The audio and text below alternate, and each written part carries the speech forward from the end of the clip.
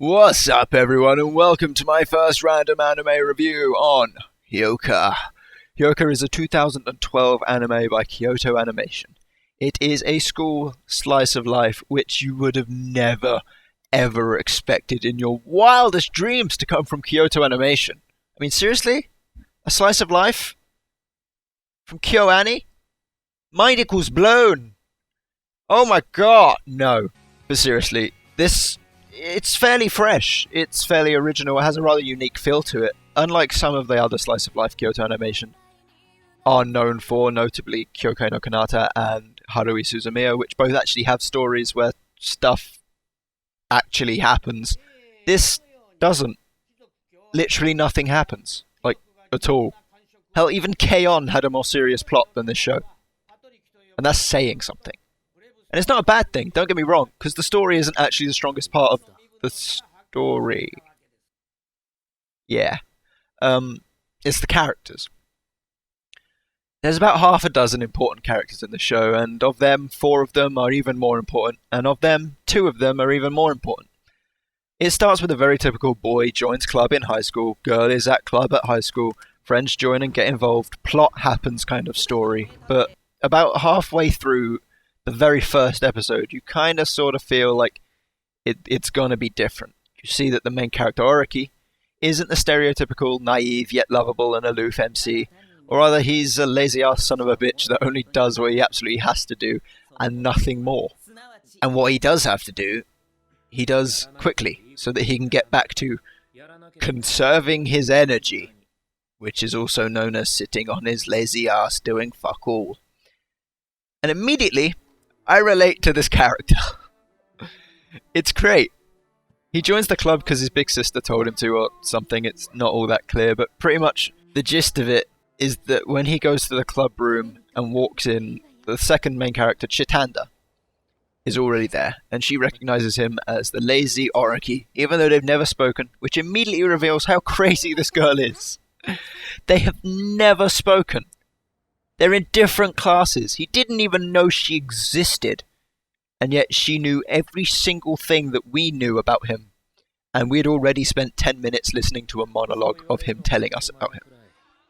And so we're led to believe that she's some kind of crazy woman with some kind of eidetic memory who is very, very, very intelligent and yet fairly eccentric by the way she acts. And Oriki is just not that at all. I mean, he's smart, but he's lazy as fuck. And in this one small conversation, we learn as much about Chitanda as we'd learnt about Oriki in the last 10 minutes of the show. And it's amazing, because it shows how different they are. They really juxtapose each other. And they're really different from what you would expect from the genre, which is another, shock. It really does make it stand out more. And you know, there's no kind of real romance between the two. I mean, it's kind of hinted at, I guess. Like, they kind of dig each other. I mean, the series finished 3 years ago, so they're 20 now? Yeah, they're banging. Anyway, the other 2 notably characters would be Satoshi, Oriki's pretty much only friend, and Mayaka, one of Chitanda's friend and Satoshi's girlfriend. An all-round bitchy bitchy bitch, which is a bit more of a generic character type. It makes me wonder, actually, since they're close friends to both Chitanda and Oriki, and I've always known them for a long time, and they're dating, how come Oriki and Chitanda have never met? How has Oriki not even heard of her existence? I get that the 2 characters aren't the most open about their relationship to people, but both Chitanda and Oriki knew about it, and they've known each other since middle school. They've known each other for quite some time now. Why have they never, ever met? Just a little thing. Anyway, that's not important. What is important is that these 2 supporting characters are actually very, very good at supporting main characters. Who would have thought? Satoshi likes to think of himself as some kind of database and somehow has an absurd amount of information on pretty much everything. Mayaka is just a smart girl who's very pushy. She's also in the manga club, so she's shown to be...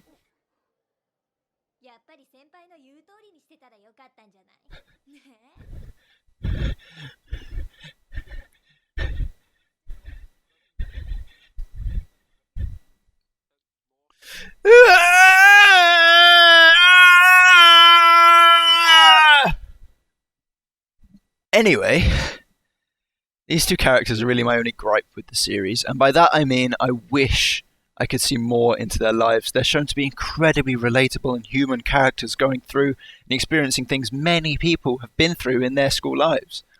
There are a few episodes throughout the 22 episode long series that are almost entirely focused on them, but aside from that, it's mainly centered on Orochi and his overbearing weakness to Chitanda, and more specifically, the words "Watashi ki ni nanimasu," or, if you read the manga, "Daisak interessiert mich."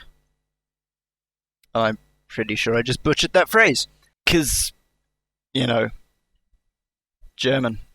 It roughly translates to, "I can't stop thinking about this."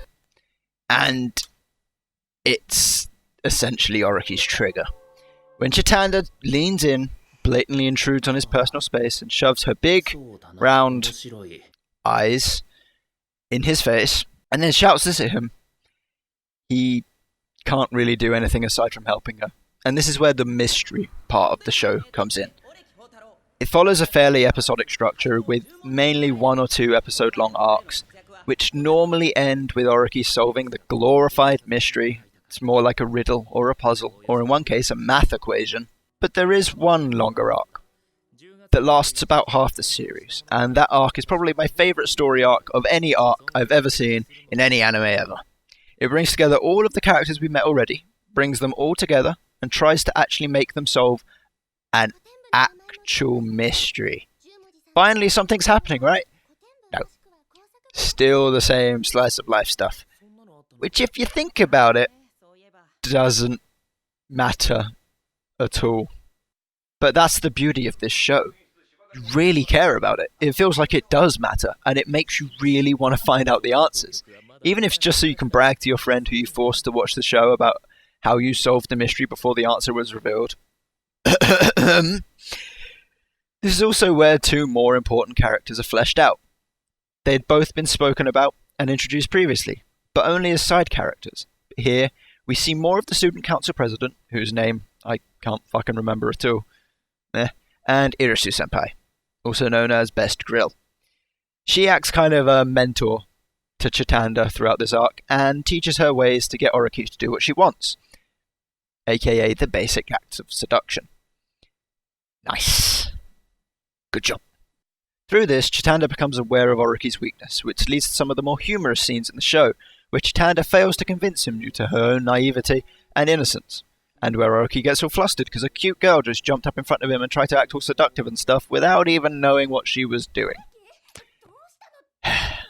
Either way, the mystery gets solved and it returns to its much more peaceful episodic format for the last few episodes, and at this point you really see how all of the characters have changed.